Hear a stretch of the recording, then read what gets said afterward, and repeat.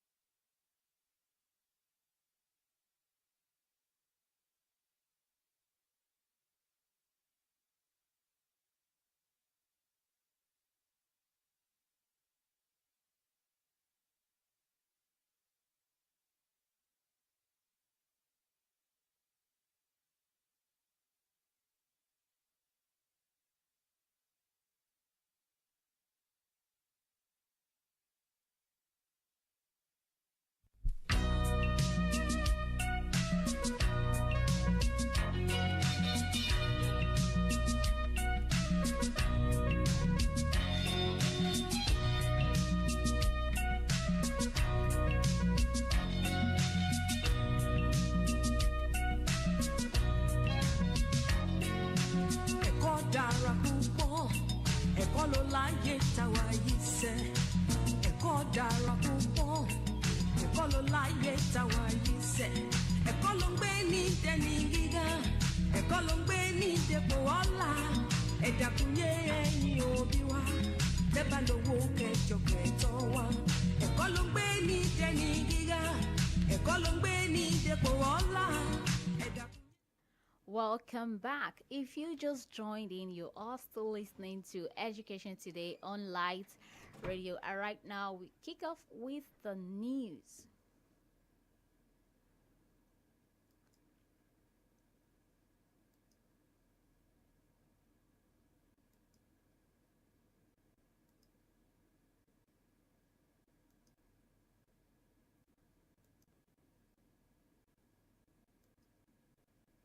Hello, good afternoon, and welcome to the news on Education Today, reaching you live from Light Radio. I remain Nima Ibrahim. First, the headlines.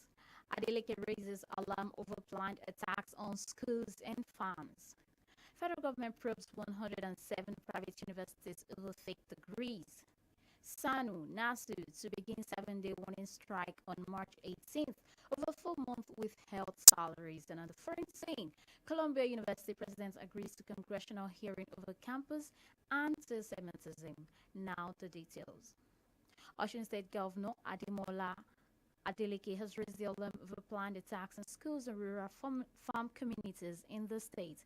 It disclosed this in a statement by spokesperson Malam Olawale Rashid on Tuesday, March 12th in the Shogbo, the state's capital. Adeleke said intelligence reports made available to him revealed a deliberate mobilization of criminal elements to attack rural areas of the state, adding that those behind the plot were targeting disruption of farming through kidnappings and attacks on rural farm settlements.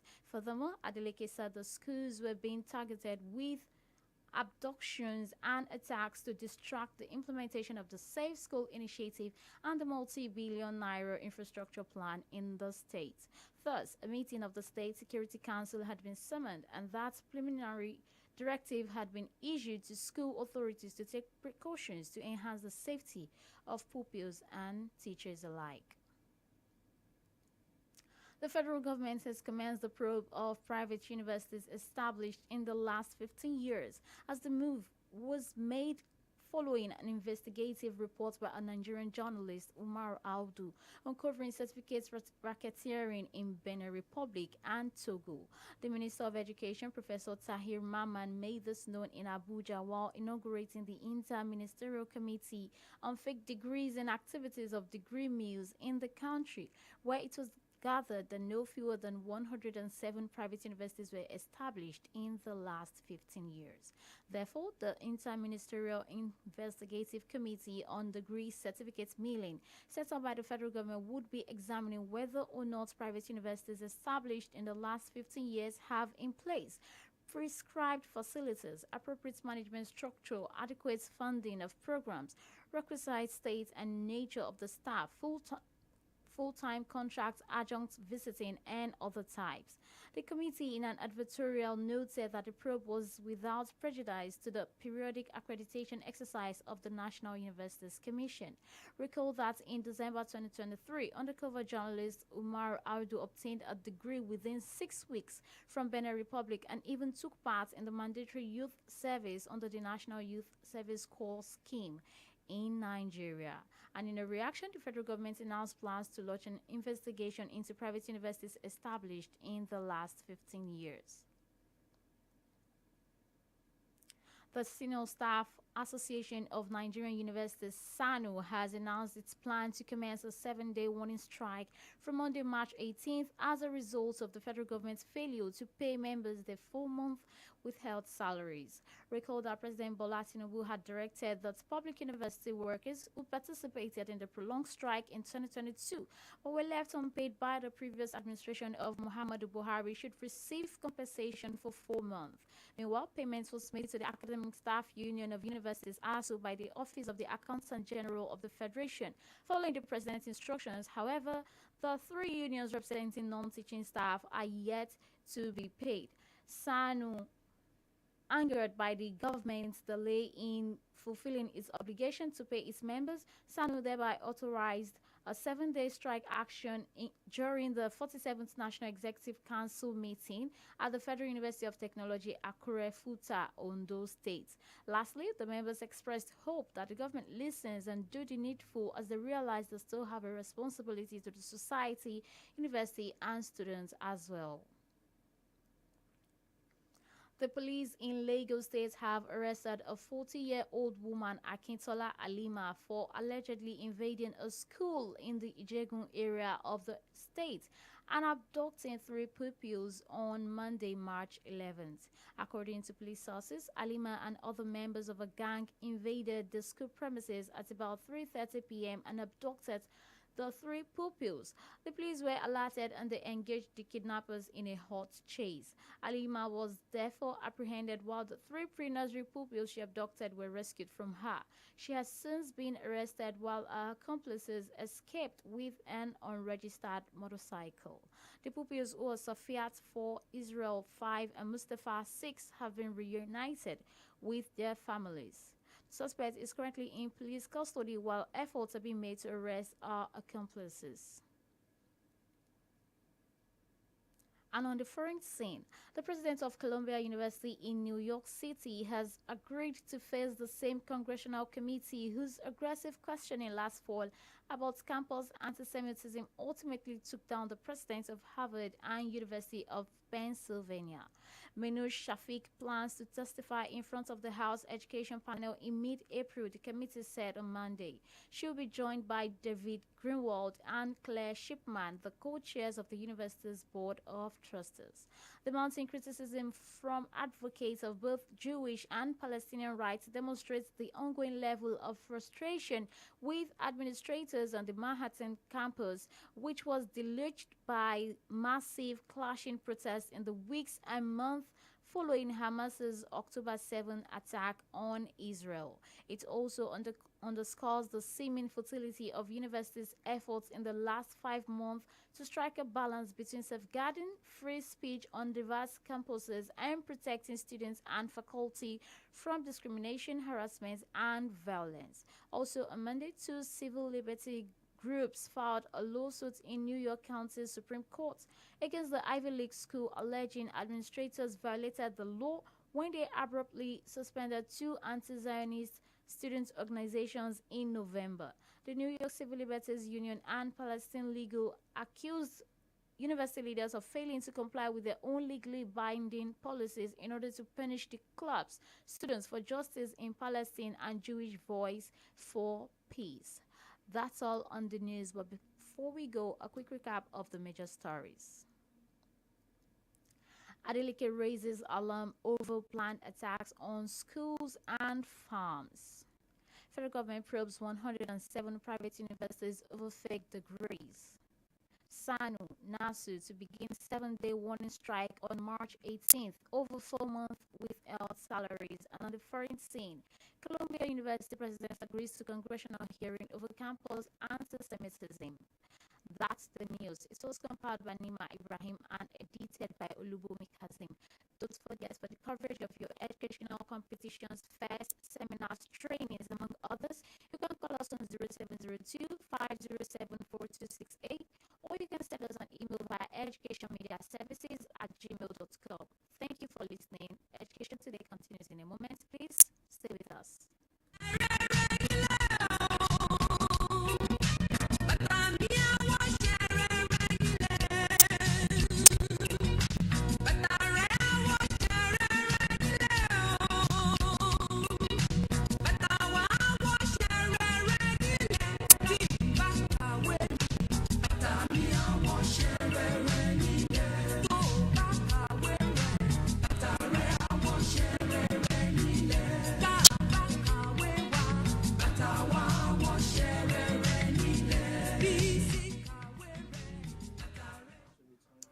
You're still on to Education Today, and right now we'll take the icon of the week with Mr. OLUBUNMI KAZEEM. Good afternoon, Mr. KAZEEM.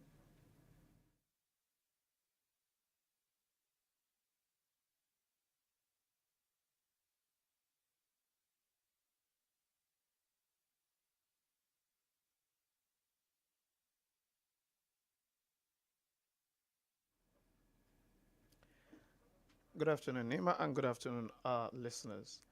You're welcome to the Icon of the Week segment, where we consider life and times of individuals that lived inspiring lives and contributed immensely to the education development in our world. I am OLUBUNMI KAZEEM, and icon for this week is the great English mathematician, writer, and first computer programmer, Lady Ada Lovelace. Lovelace was born Ada Byron on December 10, 1815, to the poet Lord Gordon Byron and Annabella Milbank Byron. Annabella emphasized music, French, and mathematics in other studies. Lovelace was a daughter of the famed poet Lord Gordon Byron and Annabella Milbank Byron, who legally separated 2 months after her birth. Her father then left Britain forever, and his daughter never knew him personally. She was educated privately by tutors and then self-educated, but was helped in her advanced studies by mathematician, logician Augustus de Morgan, the first professor of mathematics at the University of London. On July 8, 1835, she married William King, 8th Baron King, and when he was made an earl in 1838, she became Countess of Lovelace. Lovelace became interested in Babbage's machines as early as 1833, at the age of 18, when she was introduced to Babbage by their mutual friend and teacher of Lovelace, author Mary Somerville, and from where she became an associate of Babbage. Lovelace was fascinated with machines from childhood, designing fanciful boats and stream-flying machines. She speculated that the analytical engine by Babbage might act upon other things besides numbers. The engine might compose elaborate and scientific pieces of music of any degree of complexity or extent. Most notably in 1843, Lovelace translated and annotated an article written by Italian mathematician and engineer Luigi Federico Menabrea with the title Notion Solar Machine Analytic de Charles Babbage, which was published in 1842 and translated as Elements of Charles Babbage's Analytical Machine. Her detailed and elaborate annotations, especially her description of how the proposed analytical engine could be programmed to compute Bernoulli numbers were excellent. The analytical engine, she said, weaves algebraic patterns just as the Jacquard loam weaves flowers and leaves. Lovelace is considered the first person to recognize that computers had a much larger potential than mathematical calculation. Despite not knowing her father, Ada remained interested in him, naming her two sons Byron and Gordon. Lovelace died of cancer in 1852 at the age of 37. Upon her death, she was buried next to her father at her request. Her article about computer programming was not found until 1950s when people realized how brilliant her ideas were. In 1980, the United States military named their new programming language after her, calling it Ada. Babbage only built a small part of the analytical engine, but Lovelace's efforts have been remembered. The second Tuesday in October has become Ada Lovelace Day, on which the contributions of women to science, technology, engineering, and mathematics are honored. That's it today on Icon of the Week. I am OLUBUNMI KAZEEM. Education Today continues in a moment. Don't go anywhere.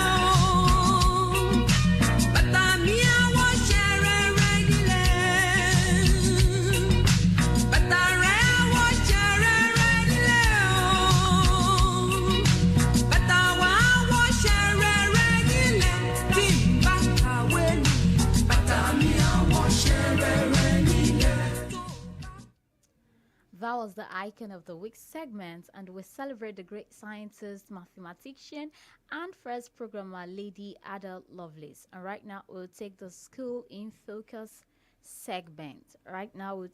School in Focus segment with Aisha. Good afternoon, Aisha.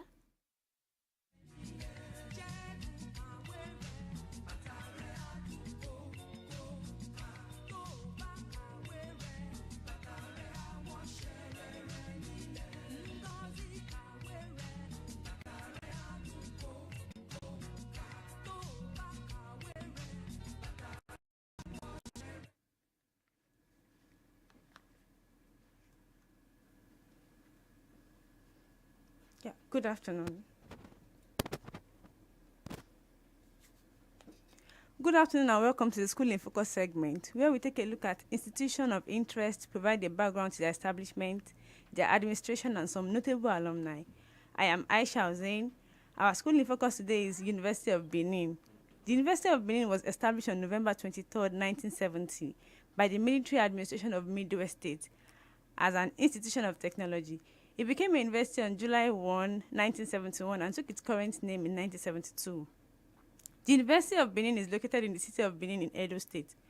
On April 1, 1975, the federal government took over Uniben and made it a federal university. Uniben is a government-owned tertiary institution that aims to advance knowledge, wisdom, and understanding through teaching and research.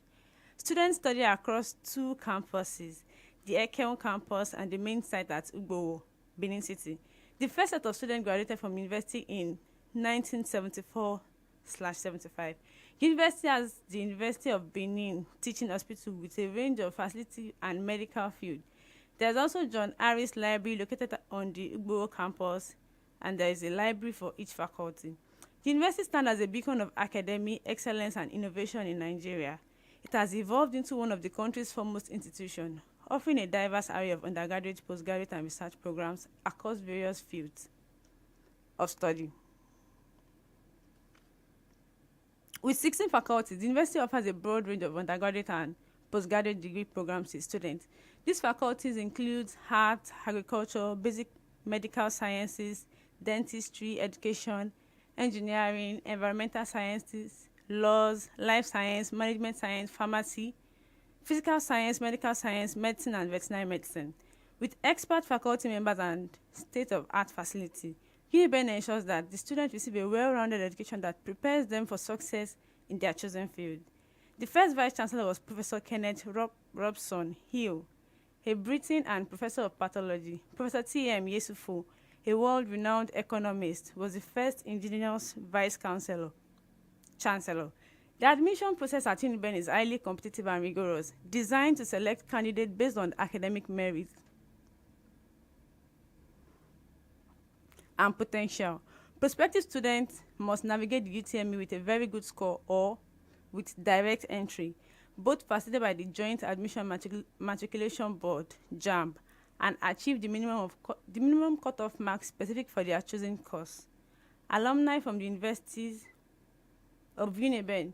UNIBEN takes immense pride in its alumni who have distinguished themselves in various fields, both nationally and internationally. Among the notable alumni are Prof. Grace Alele Williams, the first female vice-chancellor of a Nigerian university and distinguished mathematician; Tony Elumelu, a renowned entrepreneur, philanthropist, and chairman of Heirs Holding, United Bank for Africa, and Transcorp; Oba Eware II, the esteemed Oba of Benin, who has made significant contribution to the preservation of Benin culture and tradition; Mr. Babatunde Raji Fashola, an accomplished lawyer, senior advocate of Nigeria, a former governor of Lagos State, and two-term minister of the Federal Republic of Nigeria; Osaye Alile, a trailblazing social entrepreneur and former CEO of the Faith Foundation, dedicated to fostering entrepreneurship in Nigeria. Beyond academics, UNIBEN offers a vibrant campus life with numerous student organizations, clubs, and society catering to diverse interests. The university also prioritizes research and innovation, with research institutes, centers, and collaboration during advancement in various fields. Moreover, UNIBEN is deeply committed to community engagement and social responsibility, actively participating in outreach programs, community development initiatives, and partnerships to address societal challenges and contribute to national development. The university remains steadfast in its mission to shape minds, build futures, and make a meaningful impact on society through its dedication to academic excellence, research innovation, and community service. UNIBEN continues to inspire generations of students and alumni to reach new heights of success and significance. That's it on our School in Focus for today. I remain Aisha Hussein. Education Today continues in a jiffy. Please stay with us.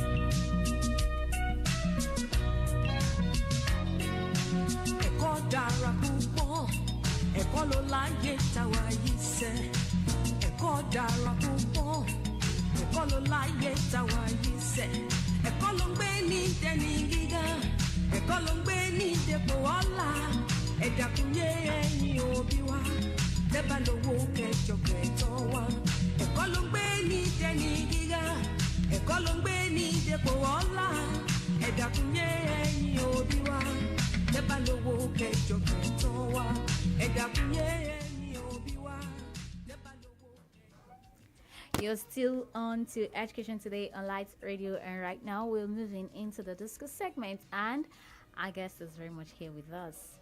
This afternoon, we will be discussing the continuous delay in the commencement of the student loan scheme, challenges and expectations. The topic again is the continuous delay in the commencement of the student loan scheme, challenges and expectations. During the week, the federal government of Nigeria announced the postponement of the launch of the Nigerian Students Loan Scheme indefinitely. Akintunde Sawyer, the Executive Secretary of the Nigerian Education Loan Fund, NEL Fund, disclosed this on Wednesday, March 13th, in an interview with the press.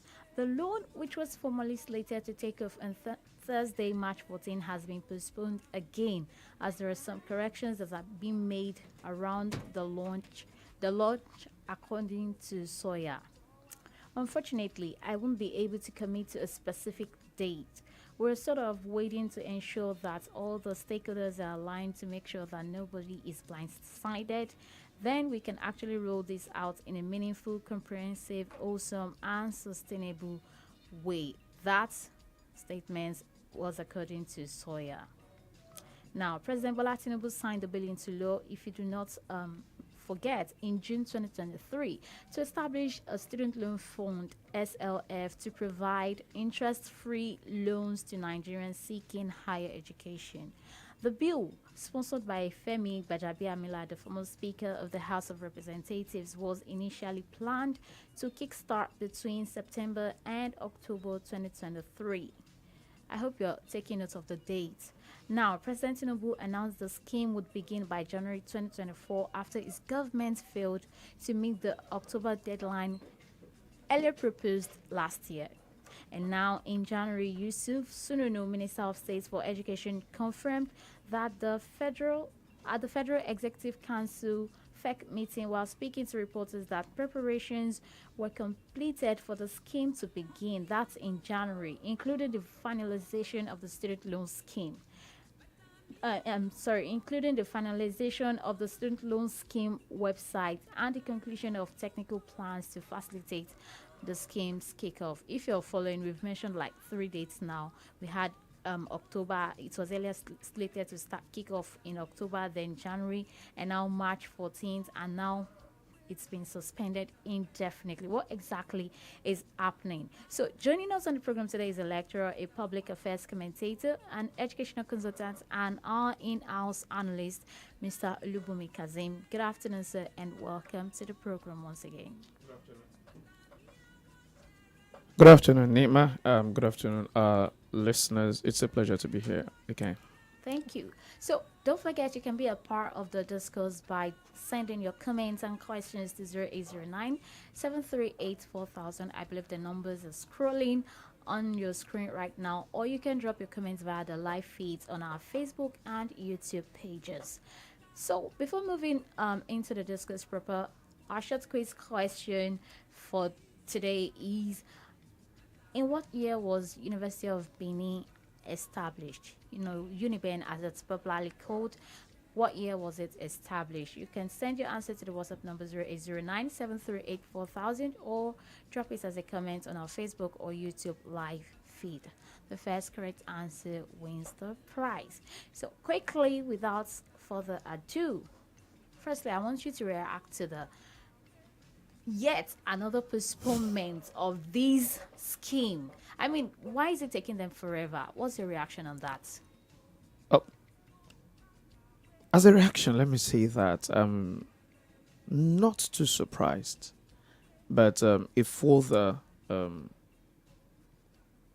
confirms the fears that I have as far as this government is concerned, that it's all about, it's a government of headlines without anything tangible on ground to prove. They try to make the headlines. A lot of Nigerians now allege, yes, that this government is all about propaganda. And unfortunately, this is not election, campaigns.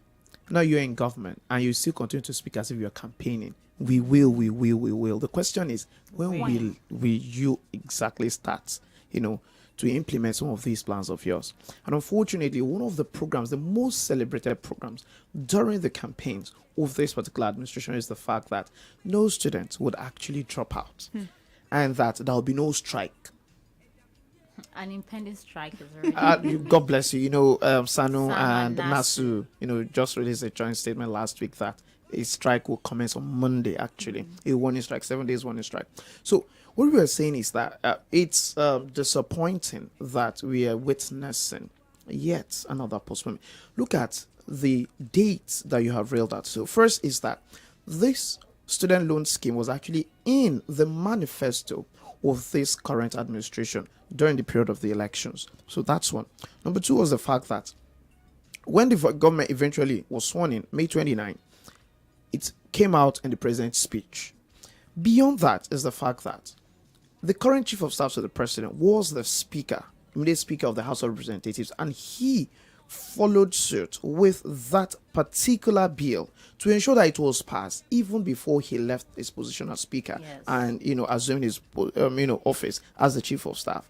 So the president signed that act into law in June 2023. It's going to be a year now, in 3 months. So June 2023, and it came out with the fact that the implementation was going to start September, when, you know, schools will resume the new session. And mind you, it was on the basis of this student loan scheme that at least government is now making an arrangement for students, and for the fact that government is not even committed to funding higher education in Nigeria. So a lot of the federal institutions across the federation increased their school fees to be paid by the students, on the basis that, after all, the government has said you guys will have money to be able to pay. So you pay, you take the loan, and you'll be able to pay. So they increased the school fees. Unfortunately, September came, no implementation. They said no, September, October. From October came. They had 3 months. 3 months. God bless you. Nothing was on ground. October came, nothing. They said December. December came, nothing happened. Said no, January. January came, said after all, that's early in the year. Don't worry, January has not ended. January ended. We were given another date, February 21, to be specific. February 21, to be specific. Unfortunately, the scheme was not launched. Again, they gave us a date last week that coming March 14, specifically Thursday, March 14, the president was going to launch the scheme, that the website was ready. They were already trying to, you know, amend it, and that the website was ready. And again, they said, you know, before now it was just about the higher education. Now that the president wanted the scheme to be expanded to include even vocational and technical, institutes, training institutions, so that it's not only for those that are interested in university education, that even if you're interested in technical education, vocational education, because they are skill-based, so that at least it would enhance, you know, the skilled, manpower that we have in this country. So because of that, that was what caused the delay and some other things. Unfortunately, March 14 came. See, a day to March 14, that was when, the executive secretary of the fund, Akitude Sawyer, came out to tell us that they actually postponed indefinitely. And you know one funny thing?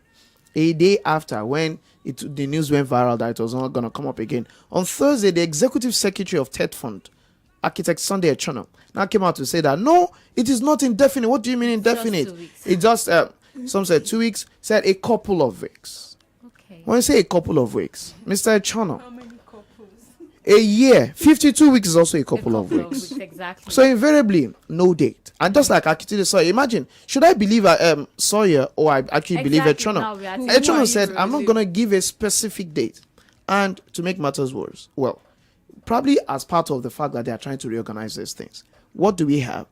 The federal government just transmitted a bill to the National Assembly saying that there is a need for adjustment in that act, that there is a need for that some aspects were not captured, then for the eligibility criteria and some other things like that. So they are actually trying to, reorganize. So now it's actually going back to the National Assembly. It is back to the National Assembly, although they gave it so-called accelerated, passage. Okay. I passed first and second reading in the Senate, just on Thursday. So that's where we are. But as far as I'm concerned, I'm disappointed. And well, I'm not too disappointed actually, because I'm not expecting much from this administration. So, and for me, I have come up with that coping mechanism, that the only way by which you can avoid disappointment is not to expect anything. So for me, I'm not expecting anything from this administration. When it comes, it comes. When it doesn't come, we know that as usual. As usual. So what do you feel is the reason for their postponement? And well, just like for what I've said, for me, I think it's actually a couple of things. First is the lack of political will.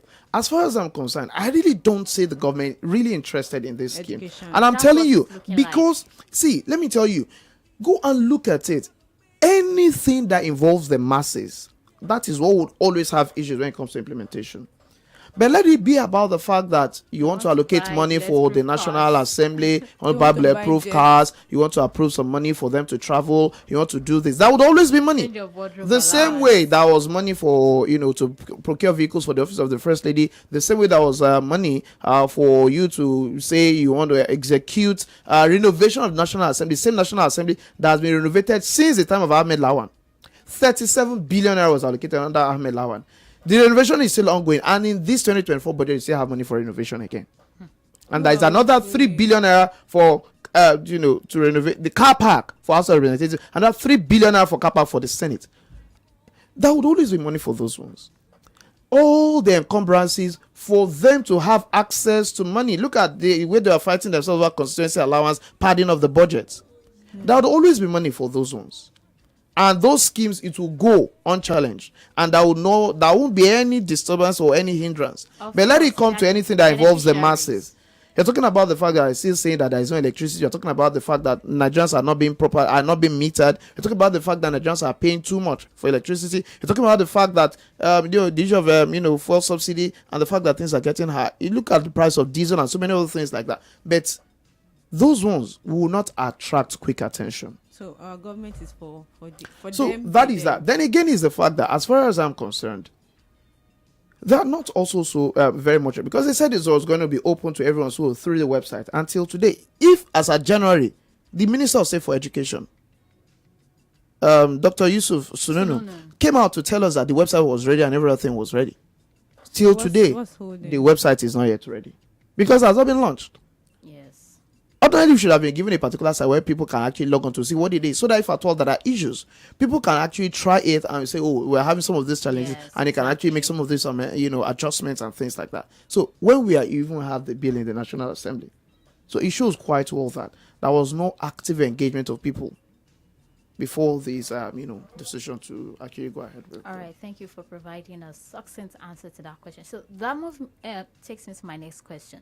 At present, how do you think Nigerians perceive the government and its commitments to the quality of education? Because personally, I'm beginning to lose. I try to be as optimistic as I can be in this country, but I do not see any changes anytime soon in them improving the quality of education in the country. See, I used to see myself as an incurable optimist, but things that I get to see on a daily basis in this country continue to erode that belief in me. Sadly.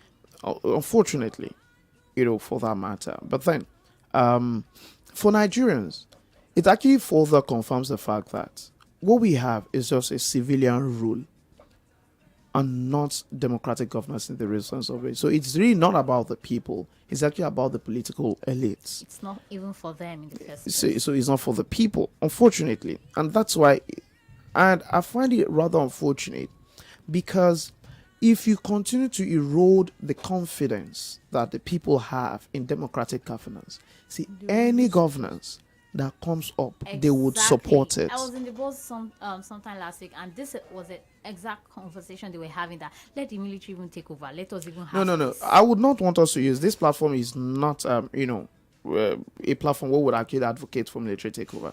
It's actually an aberration for us to actually bring the military into this setting. But unfortunately, as much as we would actually criticize and denigrate the military, the best of infrastructure that we have in this country was actually a product of the military administration, unfortunately, for that matter. Now, we've been under democratic rule since 1999. Now, 25 years down the line, when some people that be celebrating, a silver jubilee, unfortunately, it's a silver jubilee of pains, of dejection, of disappointment by the democratic administration, different administrations that we've had. Indeed. But then I will not support the fact that we'll bring them in, because the truth is, it's not as if they are coming from heaven.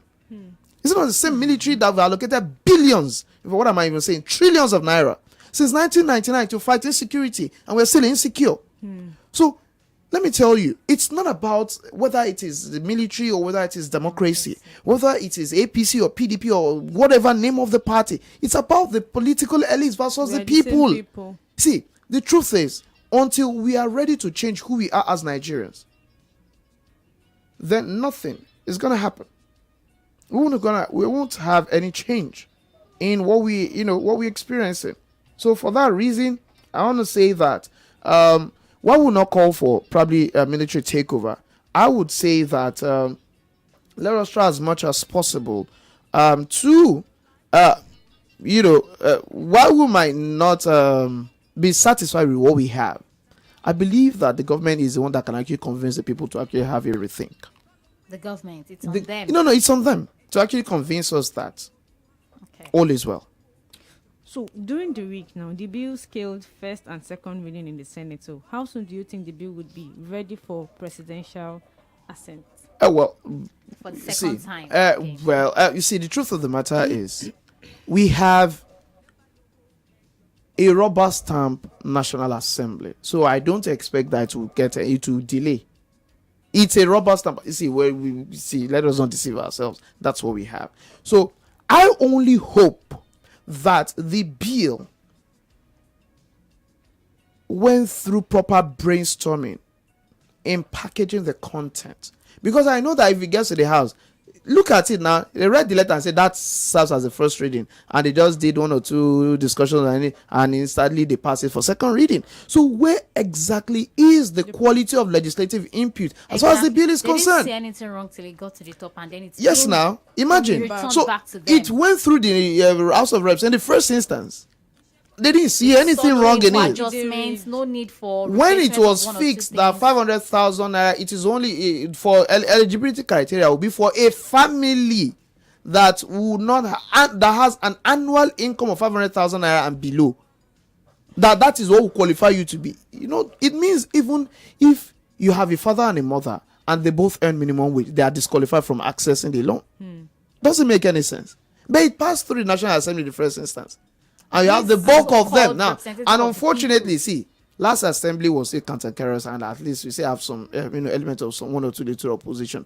But these ones that we have, the one that we have now. Yes, my lord. Oh, God bless you. So you have taken the words out of my mouth. So unfortunately, I don't see any opposition probably or a delay in the National Assembly. But the thing is, are we going to get the robust, ideas that ought to be part of the bill, so that it will be very comprehensive and concise to cover all the necessary areas? And I hope that now that it has passed second reading, it will be going for to the committee on probably higher education or whatsoever in the Senate. And I want to hope that at that level there will be enough stakeholder engagement, because unfortunately that is missing. Yes.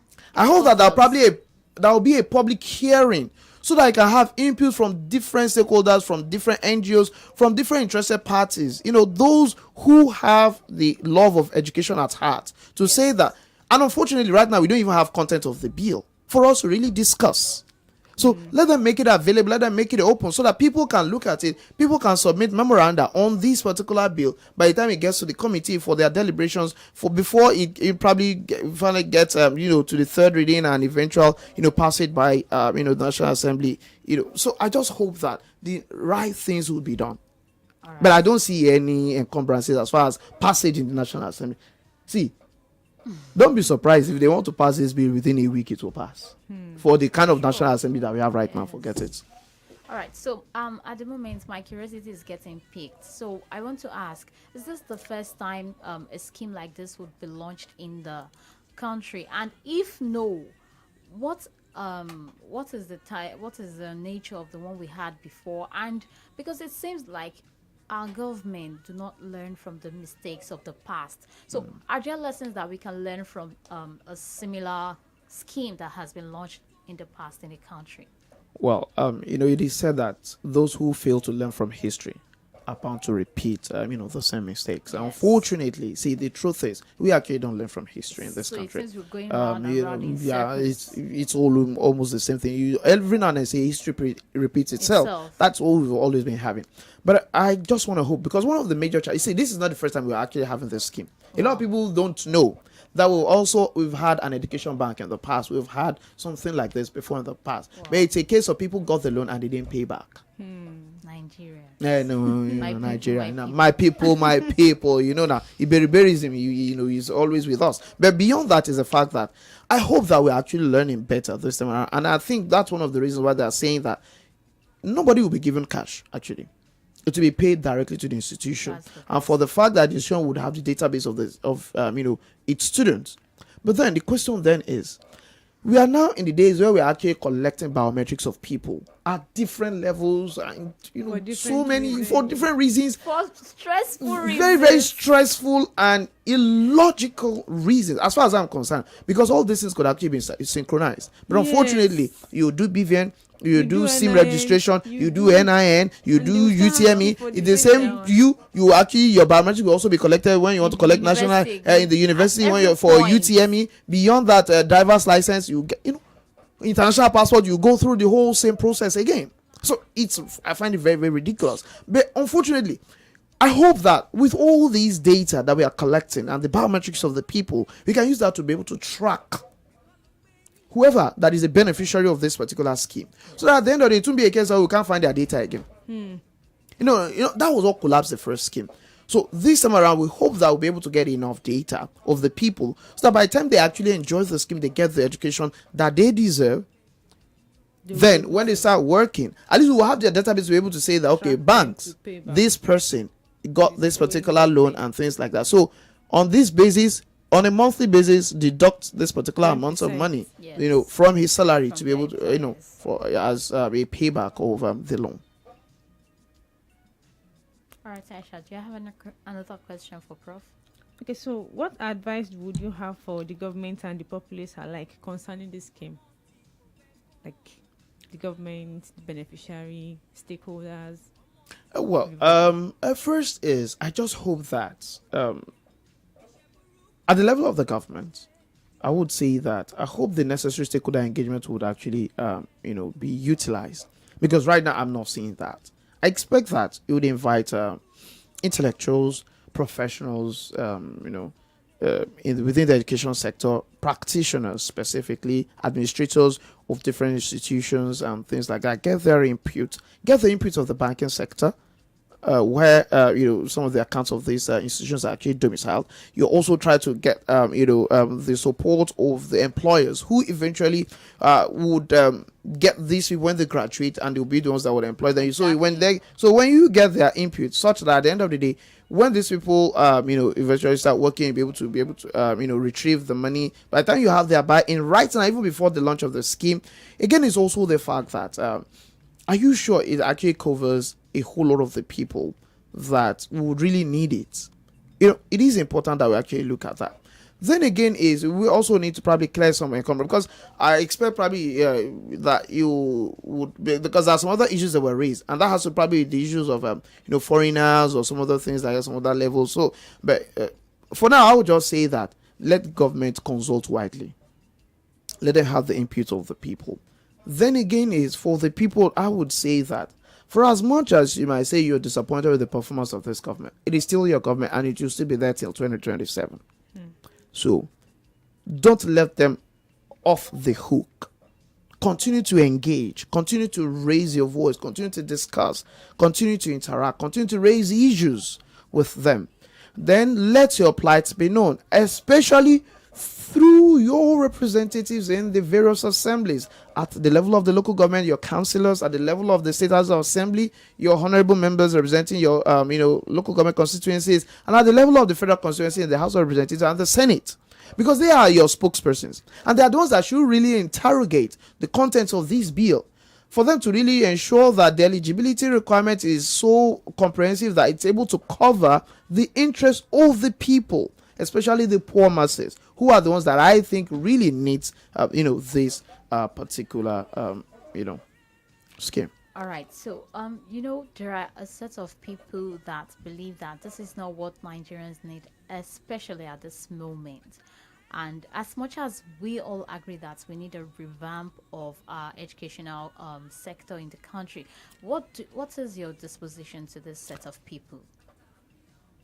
I agree partly with them in the sense that a lot of people are of the opinion that it is not loans that Nigerians need at this particular point in time. What they need is scholarship.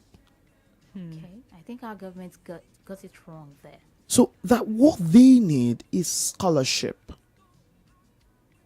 For those who are brilliant and who have distinguished themselves intellectually, academically, what they need is support from the government. Not for you to actually overburden them again with a loan for the future. So that's it. It's just as if you are mortgaging them their future. That's the idea for it, because we're talking about an economy where the youth unemployment is over 33%. Over 66 million Nigerians are unemployed. That's what we're saying. You're not even talking about underemployment. Now, if you add that of underemployment, with underemployment, will they have the capacity to pay back? That's something that we need to. So, and that's why organizations even like ASU are saying that what Nigerians need at this time is not loan, is actually scholarship. That why can't we provide scholarships for those people and for those who are poor? Those who are well-to-do, but then they don't have the intellectual capacity. You cannot provide the loan. For those who don't have enough and they are also not very brilliant, you can provide the loan. For those who are brilliant and they don't have the money, provide the scholarship. That's true. States provide bursaries for your indigents. Then you can now say you are rich. You have the means. Pay school fees. These terms are different, No, they connote different meanings. Seriously, what I'm saying is, you are rich. You have the means. You have the capacity. You have the capacity. So pay school fees. Free of charge. No, ordinarily you will not need a loan because you are rich. Yes. You don't need loan. You pay the school fees comfortably, conveniently. If you can actually go to a private university. You pay it for your ward or... No, as a parent, you pay for your children. Okay. So that is that. Now, for those who are not rich and cannot afford it, they can get the loan.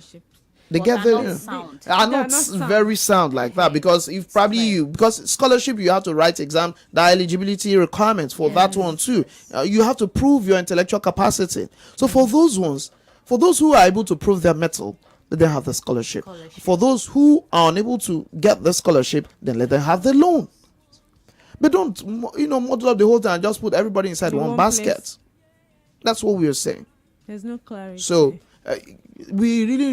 that's why they are like, at this, for those who don't have the means, most important thing they need is scholarship, government support. Not borrowing from their future finance. That they are not even sure.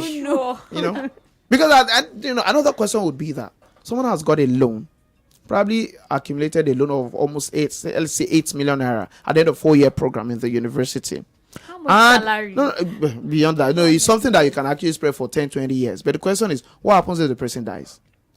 Okay, next of kin, take over. The question then is, that might be what they would do. Those are some of the things that we really need to look at.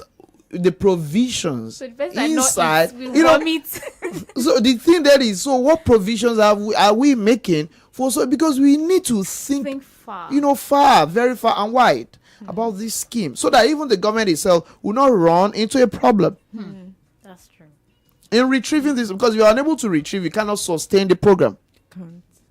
Although I expect that is a means by which the fund where this loan will be disbursed, that is a way by which monies will actually get there. Probably from Consolidated Revenue Fund or some other way. I've forgotten the exact provisions in the earlier act.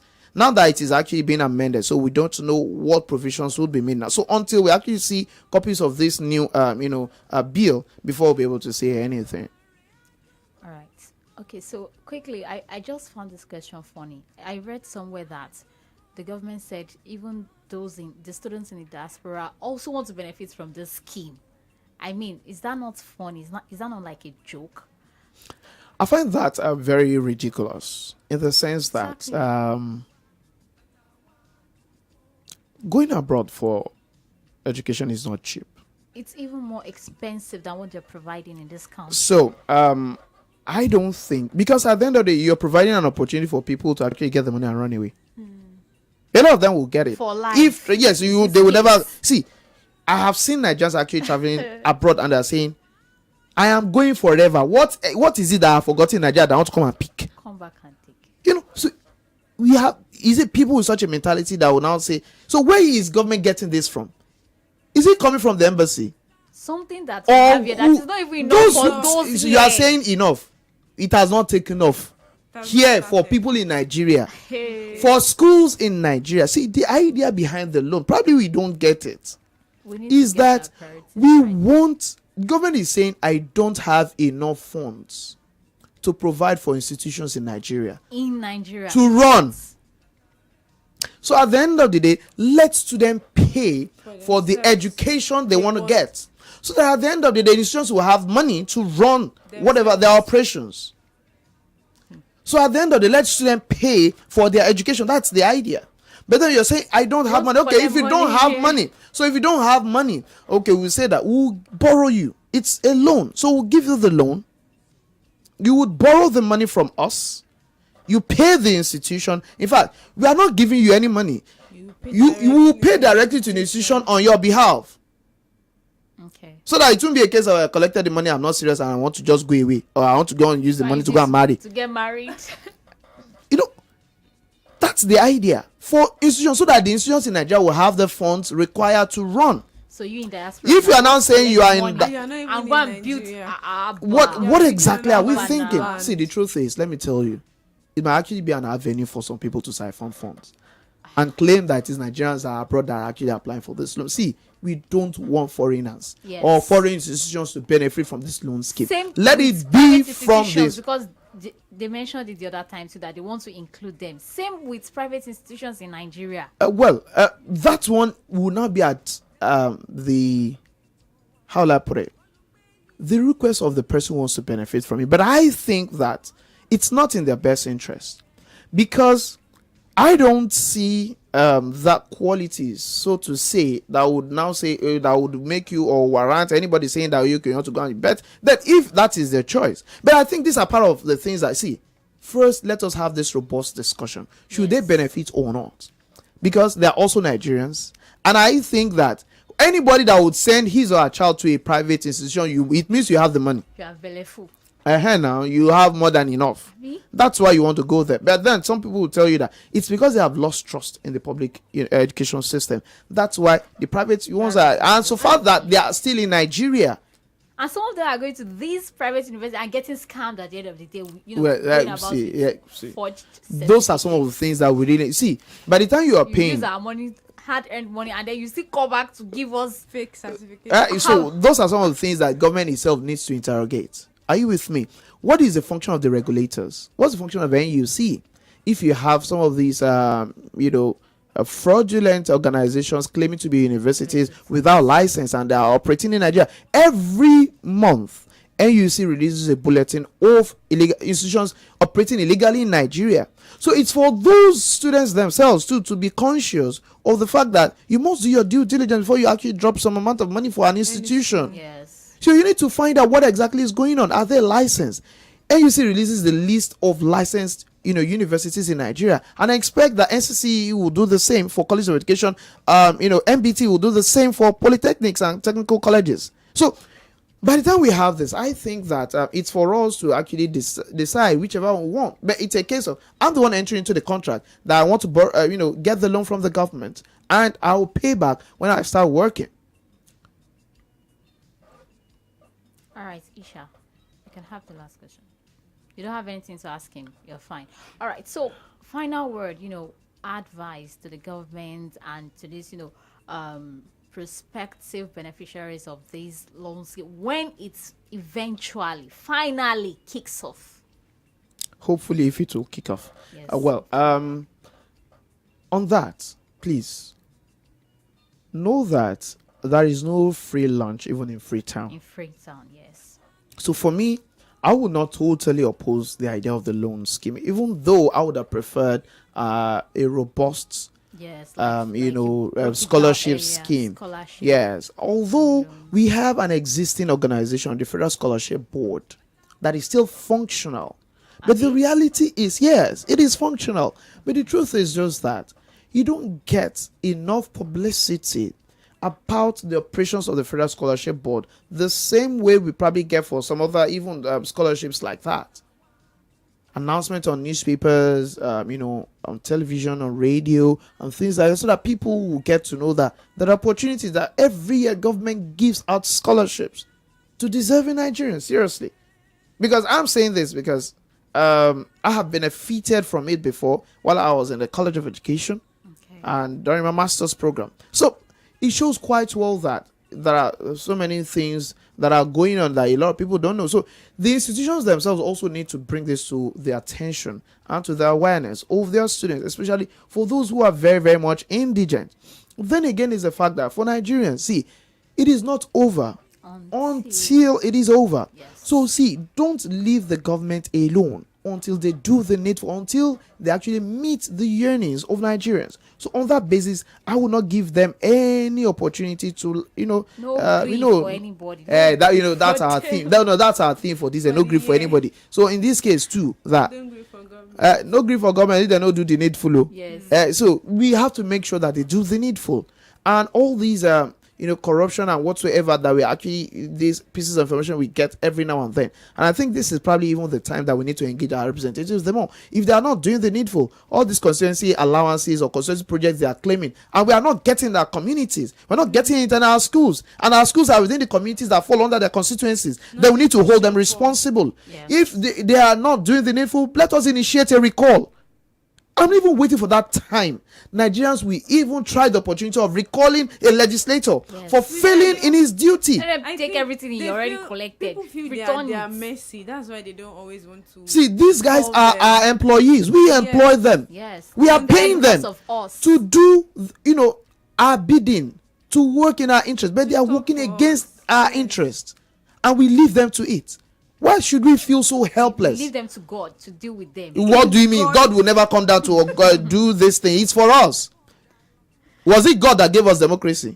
Judgment So is what are we far, saying? See, actually. forget it. Even for those who believe in God. There are some people who don't believe in God. So if you don't believe in God, then why are you Take living them this to way? actions You know, now. you see, even if you believe in God, the truth of the matter is God will never change the condition of the people until Until they they change change that which is in their heart. So if we are not ready to change the way we approach those that we elect into government, if we feel that it's only about election, then we would all continue to witness what we are So I witnessing. want to chip in something now. Like all this is when we want to ask for our right from them. How do we call for transparency from the primary level to the very very the top truth place? is, see, every now and then they come back in the name of meeting with their constituencies. Let us always attend some of these meetings. It's Are not they about the announced? party. See, the truth is we must find a way to engage.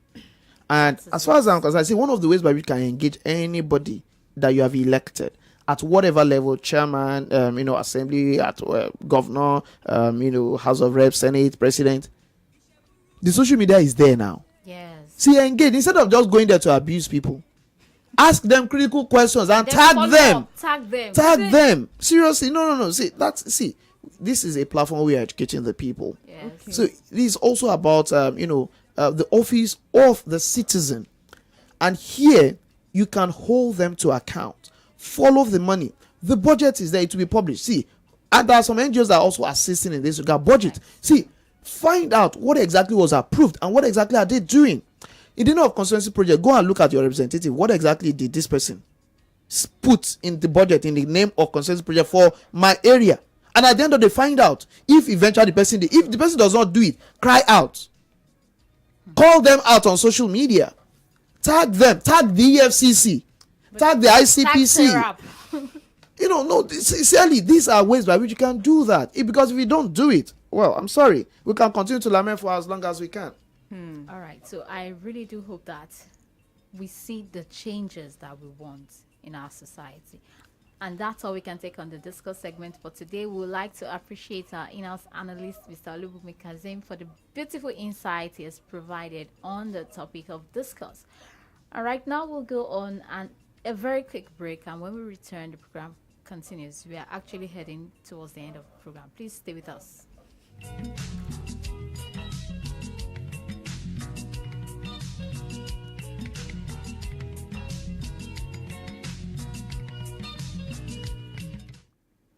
You're welcome to the Words on the Marble segment of Education Today, where we take a look at memorable quotes that are educational as well as inspirational to everyone.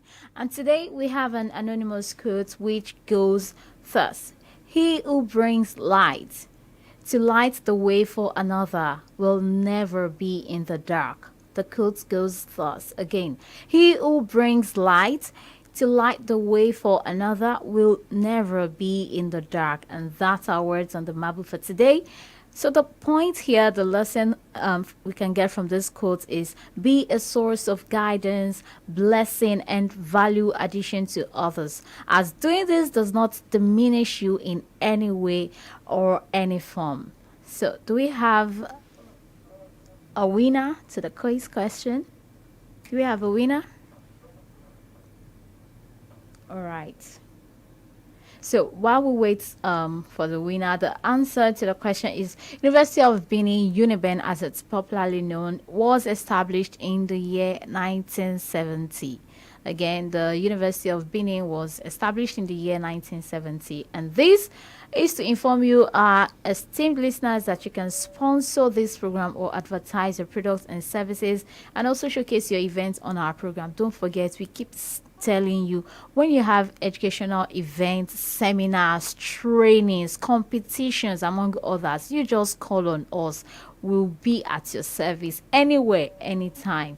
So the numbers to call when you want us to do any of this for you is 0702 507 4268. Again, 0702 507 4268. Or you can as well dial 0703 953 8998. Again, 0703 953 8998. Thank you very much for joining us today. Let us know how you feel about today's program through our various platforms on Facebook /Education Today, on X at Education Today, no spacing, and on Instagram, Education _figure 2DA, where we would like to give a special shout out to Zainab Juma. Thank you for joining. Arjub Arowoye, thank you for joining. Khalid Dantata, thank you for joining. And others, we appreciate you joining from the beginning of the program till this point. Thank you very much. Don't forget, you can also send us an email with your contributions, your comments, and your sponsorship at educationmediaservices@gmail.com. Many thanks to the entire crew of Education Today and the management of Light Radio, especially T-Wise and Faye Shayo. Thank you very much. We want to use this opportunity to announce to you, our esteemed audience, that we would be suspending the broadcast of Education Today for some weeks, starting from next week, about 3 to 4 weeks, for strategic economic reasons. Trust us, we are not going anywhere. We are coming back with a banger, bigger and better, okay? So we all know the challenge with electricity and the incredible cost of diesel used in powering generators at this point in time. And as such, the station is forced to suspend, some of its regular programs. Education Today, unfortunately or fortunately, is part of the programs to be suspended and to allow for some adjustments and cost reorganization. So we just stated our reasons. Don't worry, we are still here for you, okay? So we would be back as soon as we're able to overcome this challenge. Thank you very much for your understanding and support always. And like we announced earlier, we're still open to sponsorship of this program to keep it going. You can reach us once again on 0702 507 4268, or you can send an email to educationmediaservices@gmail.com. So for now, join us, God willing, next month on this station, same time. I am Nima Ibrahim, and I shall sing. Okay, and we're saying goodbye. Bye.